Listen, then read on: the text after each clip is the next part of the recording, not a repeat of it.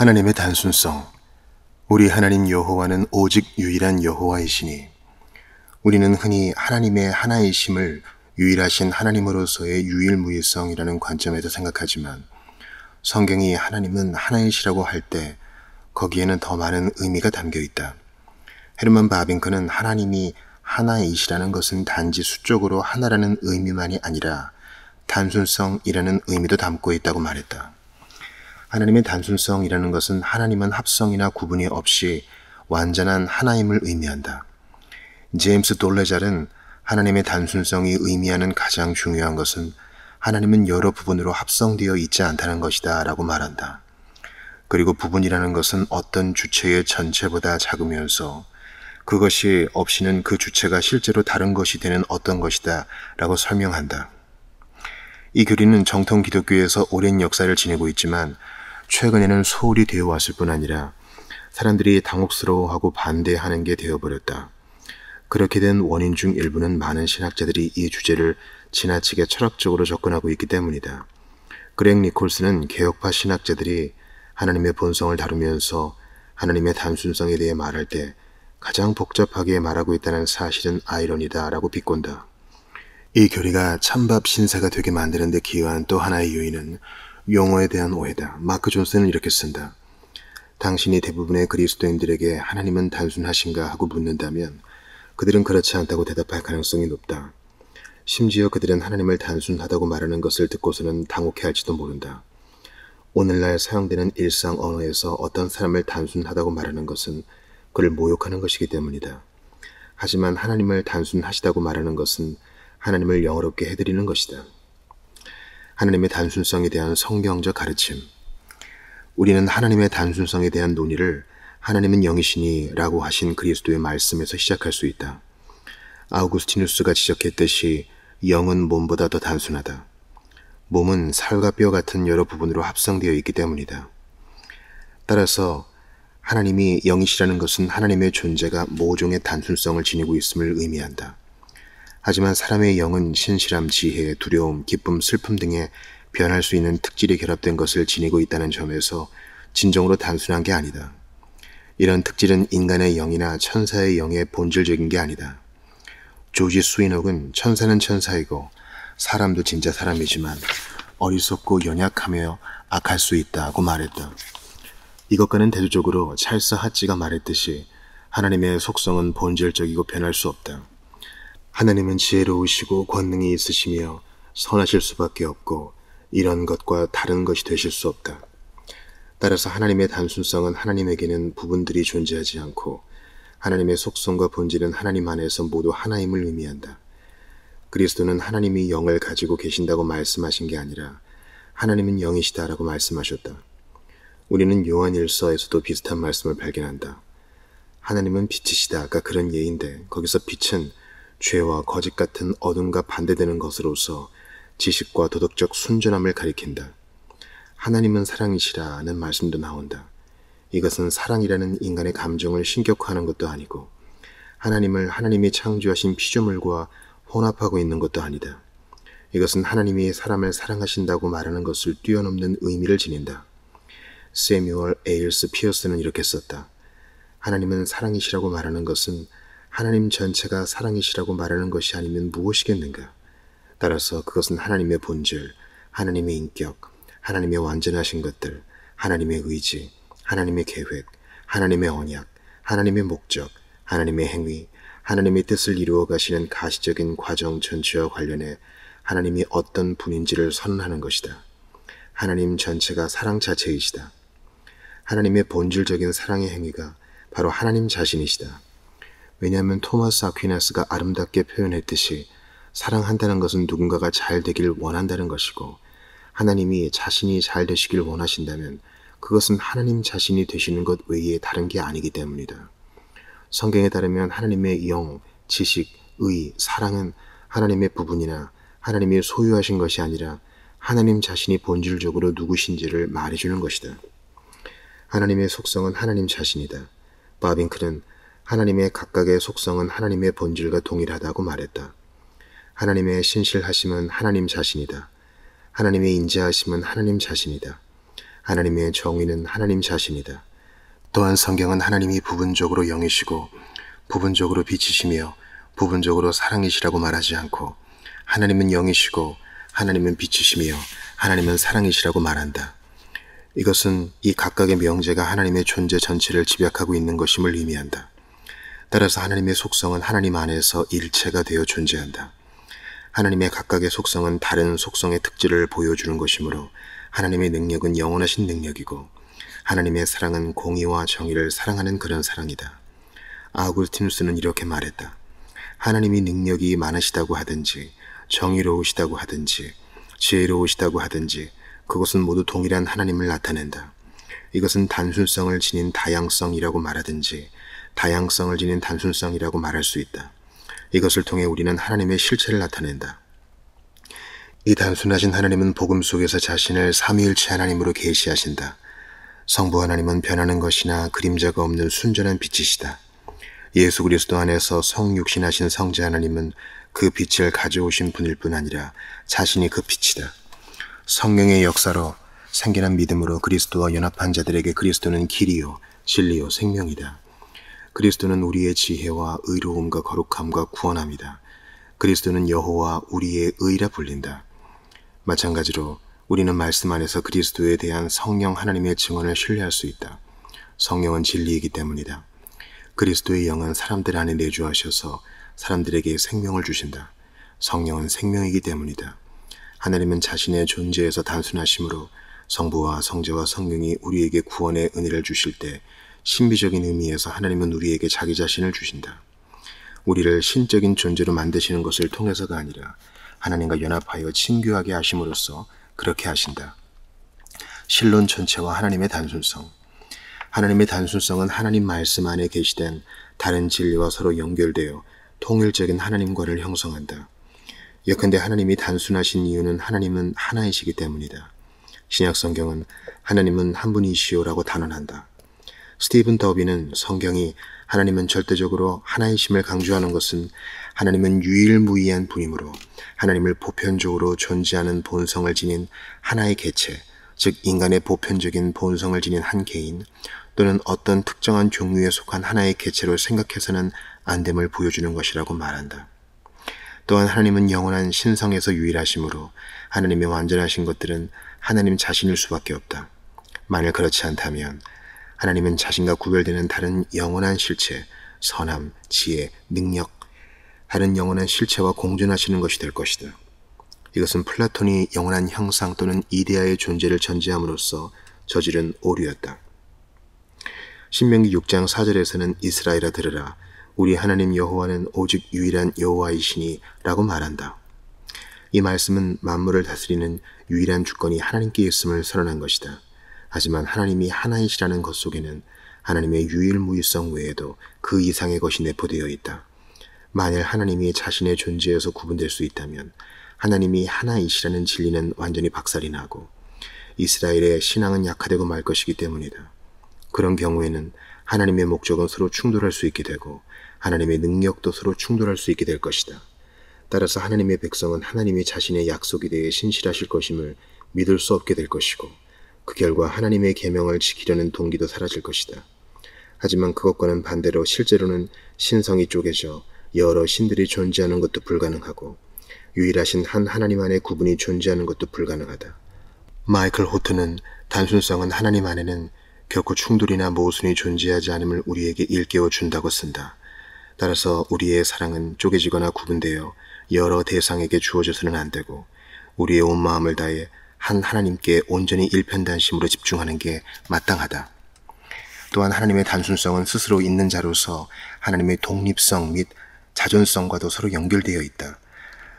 프랑케스쿠스 트레티누스는 합성은 다른 것에서 유래된 의존적인 존재의 특질이라고 말했다. 본질적으로 여러 부분으로 합성된 존재는 그 부분들을 외부의 어떤 것에서 가져와 다른 존재에 의해 조립되어야 한다. 하지만 하나님은 스스로 존재하신다. 하나님은 다른 어떤 것에 의해 규정되시지도 않고 다른 어떤 것에서 유래하시지도 않는다. 스티븐 찬옥은 이렇게 말했다. 만일 하나님 안에서 서로 구분되는 부분들이 존재한다면 하나님은 그것들에 의존하여 존재하시는 것이 된다. 그 부분들은 하나님보다 먼저 존재한 것들일 것이다. 하나님의 본질은 서로 구별되는 그 부분들의 결과일 것이다. 따라서 하나님은 절대적이고 온전히 최초의 존재일 수 없을 것이다. 하지만 실제로는 하나님은 절대적이고 온전히 최초의 존재이시다. 나는 처음이요 마지막이라. 따라서 단순성은 하나님의 특질이다. 하나님의 단순성은 하나님의 율법이 하나님 자신의 절대적인 의로우심에 토대를 두고 있음을 우리에게 보여준다. 한편으로 만일 도덕적인 선악이 오로지 하나님의 뜻만을 토대로 한 것이라면 그것은 자의적인 것으로 보일 수 있다. 다른 한편으로 의로움이 궁극적으로 어떤 객관적인 기준 위에 서 있다면 이 기준이 하나님을 구속하고 강제하는 것으로 보일 수 있다. 하나님의 단순성은 하나님의 변할 수 없는 도덕적 본성이 모든 도덕적 의무의 토대임을 보여줌으로써 이 문제를 해결한다. 또한 하나님은 외부의 어떤 기준에 의해 구속받으시는 것이 아니라 단지 자기 자신과 부합되게 행하실 뿐이다. 하나님은 의로움 자체다. 하나님의 단순성은 하나님의 속성을 찬양할 때 성경적인 균형을 지킬 것을 요구한다. 성경은 우리에게 하나님은 영이시고 빛이시며 사랑이시라고 가르치므로 우리는 오로지 한 속성에만 집중하고 다른 속성을 소홀히 해서는 결코 안 된다. 신학과 성경은 둘 다 하나님의 완전하신 것들의 모든 범위를 반영해야 한다. 만일 우리가 하나님의 주권을 강조하면서 하나님의 자비하심을 소홀히 하거나 하나님의 사랑을 강조하면서 하나님의 정의를 훼손하거나 하나님의 임재를 강조하면서 하나님의 불가해성을 무시한다면 우리는 점점 더 여호와 대신에 거짓 신을 예배하게 될 것이다. 하나님의 단순성은 그리스도의 십자가에서 가장 밝게 빛난다. 그리스도는 자신의 구속사역의 정점인 십자가에서 하나님의 한 속성이 아니라 모든 속성을 영화롭게 하셨다. 우리는 인간의 죄로 말미암아 하나님의 속성이 서로 불화를 빚고 충돌할 것이라고 생각하는 경향이 있다. 즉 하나님의 정의는 자비하심과 다투고 어미하심은 사랑과 충돌하며 하나님의 행복은 멸망하게 되어 있는 자들을 불쌍히 여기시는 마음에 의해 방해를 받고 하나님의 능력은 온유하심과 충돌하며 하나님의 무한하심과 영원하심은 성육신을 불가능하게 만드는 게 아니냐고 생각하기 쉽다. 하지만 십자가에 못 박히신 그리스도 안에서 우리는 모든 속성이 완벽하게 조화를 이루는 가운데 빛을 발하고 있는 하나님의 영광을 본다. 성육신하신 성자로 말미암은 대속은 모든 속성이 하나로 어우러져 있는 온전하신 하나님을 찬양한다. 윌리엄 베이츠는 여기에는 지혜, 선하심, 정의, 거룩하심, 능력이 가장 높이 고양된 수준에서 하나로 어우러져 있다고 썼다. 기독교 역사 속에서 하나님의 단순성에 대한 천명, 하나님의 단순성에 대한 교리는 고대 교회가 물려준 신학적인 유산의 일부다. 이레네오는 이렇게 말했다. 하나님은 여러 구성 요소를 갖고 계시지 않고 복합적이시지 않은 단순하신 존재이시다. 왜냐하면 하나님은 그 전체가 명철이시고 그 전체가 영이시며 그 전체가 생각이시고 그 전체가 지능이시며 그 전체가 이성이시고 그 전체가 들으시는 것이며 그 전체가 보시는 것이고 그 전체가 빛이시며 그 전체가 모든 선한 것의 원천이시기 때문이다. 아우구스티누스는 이렇게 말했다. 하나님은 자신이 갖고 계시는 것 자체이시다. 따라서 하나님은 생명을 갖고 계시므로 그 자체로 살아계시고 그 자신이 생명이시다. 그리고 계속해 이렇게 설명했다. 그런 이유에서 삼위일체 하나님의 본성은 단순하다고 말한다. 왜냐하면 그 본성에는 이룰 수 있는 것이 전혀 없고 하나님의 본성과 그 내용물은 잔과 거기에 담긴 액체 또는 몸과 그 색깔 또는 공기와 거기에 있는 빛이나 열기 또는 지성과 그 지혜처럼 서로 별개의 것들이 아니기 때문이다. 하나님의 단순성은 개혁파 교회의 신앙고백 전통의 중요한 일부다. 벨기에 신앙고백에서는 우리가 하나님이라고 부르는 한 분 유일하신 단순하시고 영적이신 분이 존재한다고 선언한다. 리처드 멀러는 하나님의 유일하고 단순한 본질이라는 개념은 개혁파 교회에 의해서도 기본적인 진리로 이해되었으므로 일찍부터 개혁파 중심의 신앙고백의 자리를 잡았다고 말한다.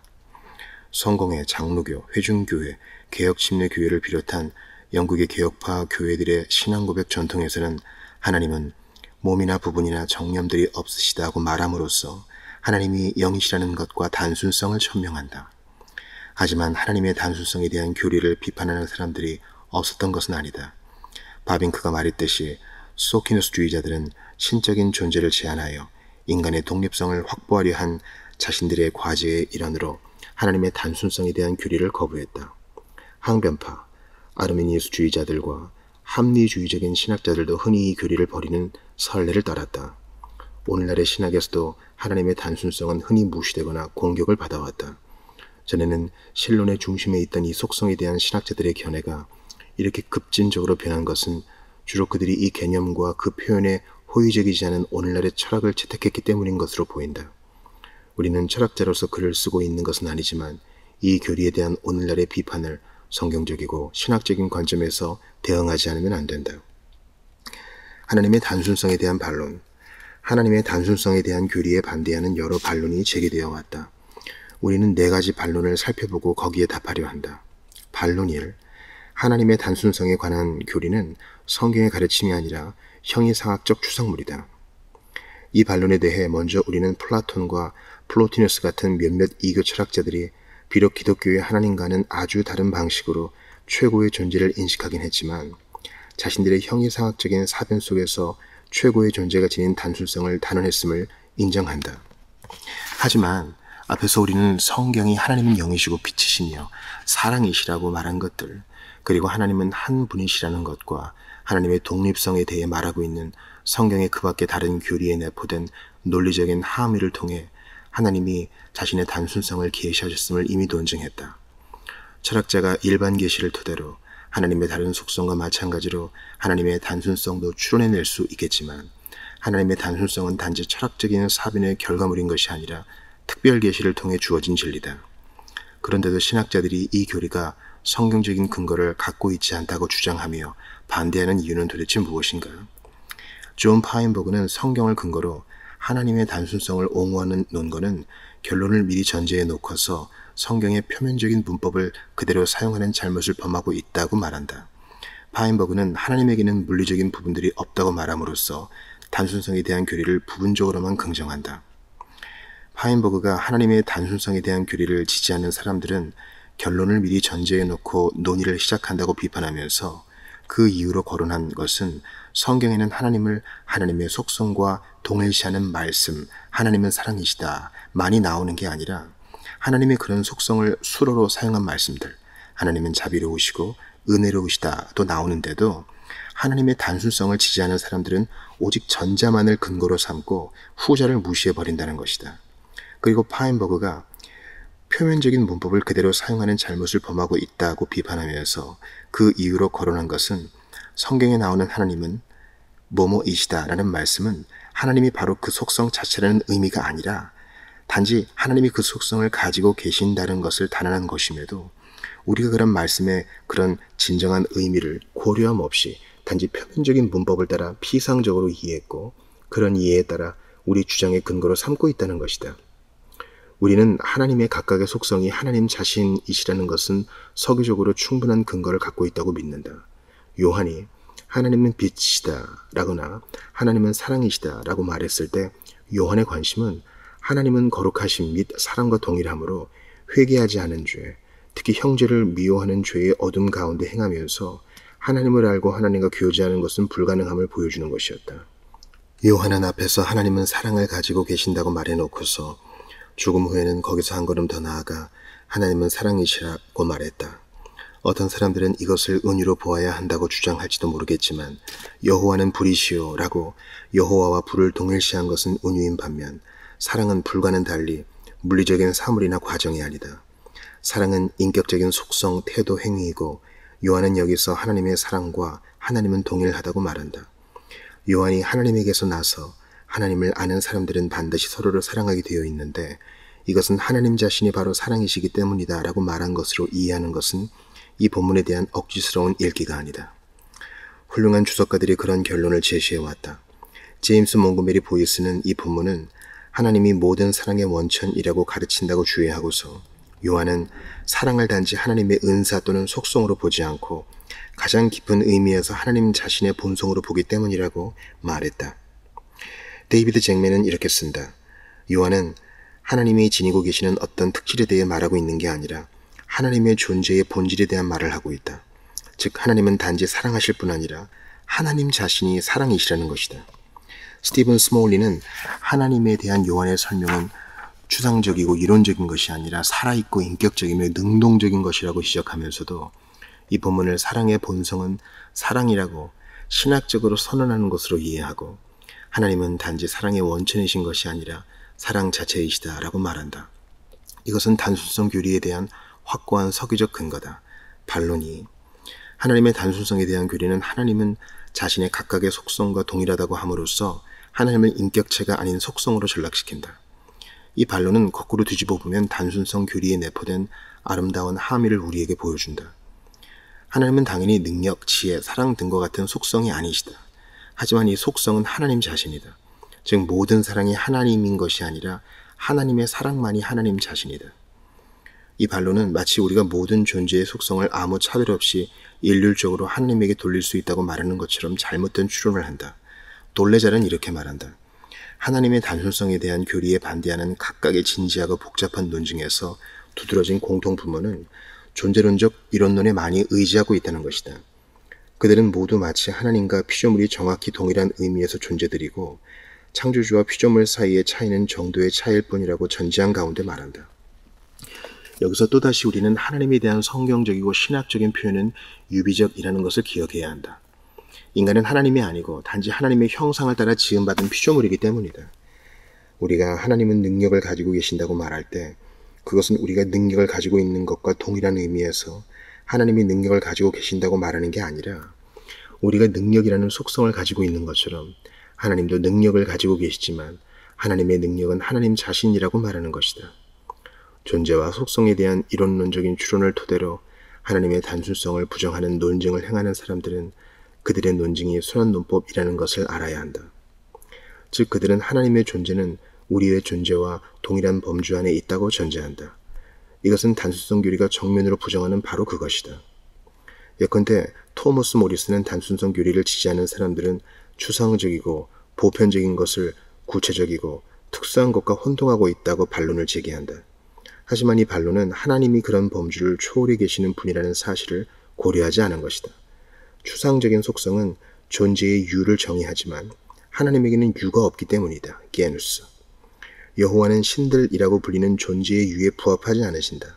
우리가 하나님은 사랑이시다 라고 말할 때 그것은 사랑이라는 보편적인 속성을 하나님에게 돌리는 것이 아니라 하나님만이 가지고 계시는 유일무이한 신적인 사랑을 하나님에게 돌리는 것이다. 하나님 자신이 바로 그 사랑이시기 때문이다. 하나님의 단순성에 대한 교리는 하나님의 속성은 사물이나 원리가 아니라 인격적이신 하나님 자신임을 우리에게 보여준다. 우리는 하나님이 마치 인격이 없는 정이나 맹목적인 능력이나 단순한 감정인 사랑이라고 말해서는 결코 안 된다. 우리는 하나님에게서 인격이 없는 정의가 아니라 정의로우시고 의로우신 여호와를 만나고 인격이 없는 능력이 아니라 전능하신 성부와 성자와 성령을 만나며 인격이 없는 사랑이 아니라 사랑하시고 인자하신 인격적인 하나님을 만난다. 존 프레임은 이렇게 쓴다. 단순성의 교리에는 성경적으로 합당한 동기가 존재한다. 그것은 하나님과 우리의 관계가 전적으로 인격적임을 우리에게 상기시켜주는 성경적인 방식이다. 반론 3. 하나님의 단순성에 대한 교리는 하나님의 속성을 하나의 속성으로 환원시켜 모든 속성을 동일하게 만든다. 하지만 우리는 하나님의 속성이 지닌 온갖 독특한 색깔을 용해시켜 하나의 모호한 회색으로 만들어버리는 그런 단순성을 말하는 게 아니다.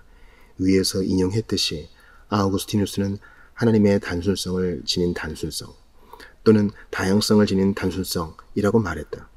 바빙크는 속성 간의 구별과 차이는 단지 명목적인 것이고 어떤 실제적인 근거도 없는 주관적인 것임을 부정했다. 그리고 각각의 속성은 무엇인가 특별한 것을 표현하고 있으므로 각각의 속성은 하나님 자신과 동일하지만 그럼에도 서로 구별된다고 단언했다.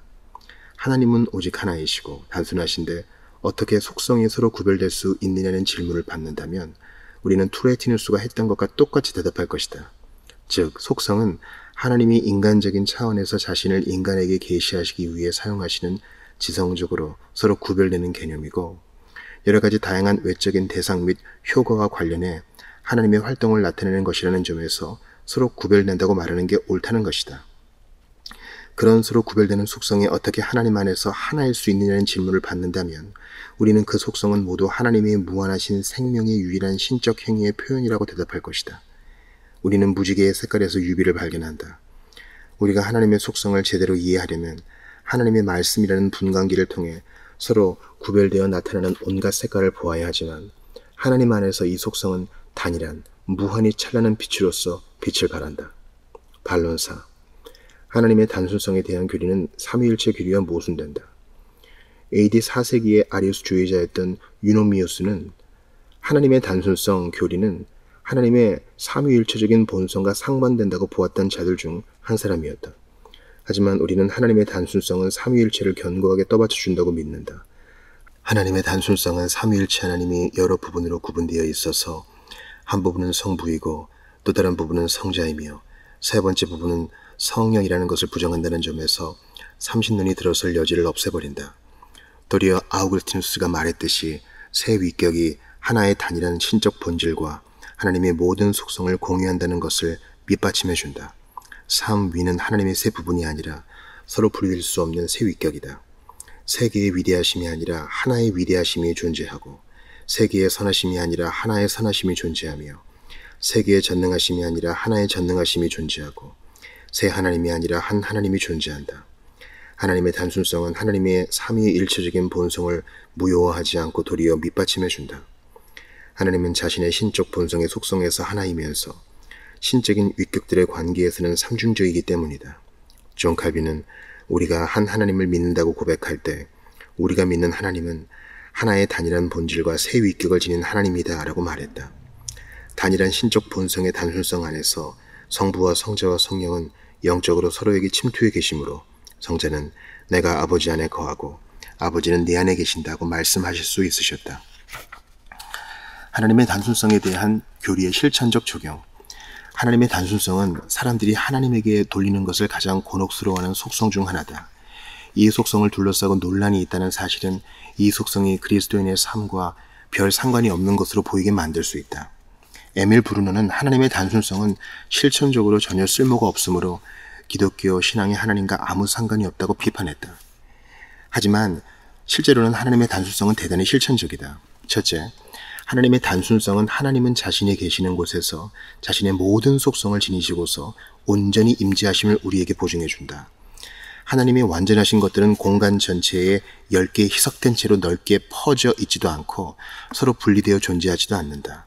따라서 우리는 하나님을 두려워해야 한다. 하나님의 모든 것이 우리와 함께 하시기 때문이다. 우리는 무한하시고 영원하시며 불변하시는 하나님, 지혜와 능력과 정의와 사랑의 하나님의 임재 안에 늘 거한다. 또한 이것은 소망을 낳는다. 우리는 하나님의 모든 것이 하나님의 자녀들의 복을 위해 그들과 함께 하신다는 온전한 확신을 가지고서 그리스도를 힘입어 하나님의 이름을 부를 수 있기 때문이다. 둘째, 하나님의 단순성은 참되고 복음적인 거룩함과 사랑을 촉진한다. 여호와가 하나님은 빛이시다 라거나 하나님은 사랑이시다 같은 말씀을 통해 자신의 단순성을 계시하신 것은 이론적인 담론이라는 맥락 속에서가 아니라 그리스도인의 실천적인 삶과 관련하여 훈계하시는 맥락에서였다. 이 말씀을 그 맥락 속에서 생각해보라. 우리가 그에게서 듣고 너희에게 전하는 소식은 이것이니 곧 하나님은 빛이시라. 그에게는 어둠이 조금도 없으시다는 것이니라. 만일 우리가 하나님과 사귐이 있다 하고 어둠에 행하면 거짓말을 하고 진리를 행하지 아니함이거니와 그가 빛 가운데 계신 것 같이 우리도 빛 가운데 행하면 우리가 서로 사귐이 있고 그 아들 예수의 피가 우리를 모든 죄에서 깨끗하게 하실 것이요. 요한일서 1장 5에서 7절. 사랑하는 자들아, 우리가 서로 사랑하자. 사랑은 하나님께 속한 것이니 사랑하는 자마다 하나님으로부터 나서 하나님을 알고 사랑하지 아니하는 자는 하나님을 알지 못하나니 이는 하나님은 사랑이심이라. 요한일서 4장 7, 8절. 따라서 하나님의 단순성을 아는 지식은 그리스도인으로서 진실한 삶을 살아야겠다는 결심을 강화해준다. 니콜스는 이렇게 말한다. 요한은 하나님의 감춰진 본질에 대한 탁상 공론을 부추기고 있는 게 아니다. 도리어 요한은 하나님 백성으로 하여금 진정으로 하나님을 아는 사람들과 하나님을 안다고 거짓말을 하는 사람들을 구별할 수 있게 해준다. 우리가 이 하나님을 있는 그대로 진정으로 안다면 우리는 이 하나님과 동행하는 삶을 살면서 이 하나님을 닮아감으로써 우리가 이 하나님을 알고 있음을 증명해 보일 것이다. 하나님은 자신이 지니고 계시는 빛과 사랑 그 자체이시므로 빛과 사랑 안에서 행하지 않는 사람이 이 하나님을 알고 있다고 말하는 것은 거짓이다. 단순함과 경건한 진실함을 특징으로 하는 삶은 하나님 앞에서 선한 양심을 지니고서 살아가기 위한 토대다. 이런 식으로 하나님의 단순성에 대한 교리는 다음과 같은 요한일서의 목적에 기여한다. 즉 그리스도인으로 하여금 그리스도를 믿는 믿음 위에서 의와 사랑에 살아있는 열매를 맺음으로써 구원의 확신을 확고히 갖게 해준다. 하나님의 단순성은 그리스도인의 모든 미덕이 수렴되는 구심점이다. 이 교리는 온 마음을 다하여 하나님을 신뢰하도록 격려하고 경건한 삶과 사람들을 대할 때 진심으로 행할 것을 경외하며 두 마음을 품지 못하게 한다. 셋째, 하나님의 단순성은 하나님의 형상 안에서 성령의 열매는 서로 분리될 수 없음을 의미한다. 거룩함은 하나님의 단순성을 희미하게 반영하므로 거룩함 속에는 심오한 통일성이 존재한다. 사랑은 오래 참고 인자하다. 사랑은 겸손하다. 사랑은 기뻐하고 의로우며 참되다. 사랑은 모든 것을 참고 견딜 만큼 강하다.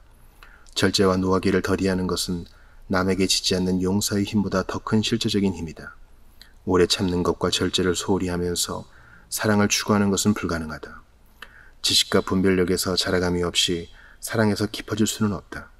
존스는 성령 충만한 삶은 자신의 단순하고 나눔이 없는 본질 안에서 온전하신 하나님에 대한 유비다라고 쓴다. 따라서 우리는 총체적인 경건을 추구해야 한다. 그것이 하나님을 닮는 것이기 때문이다.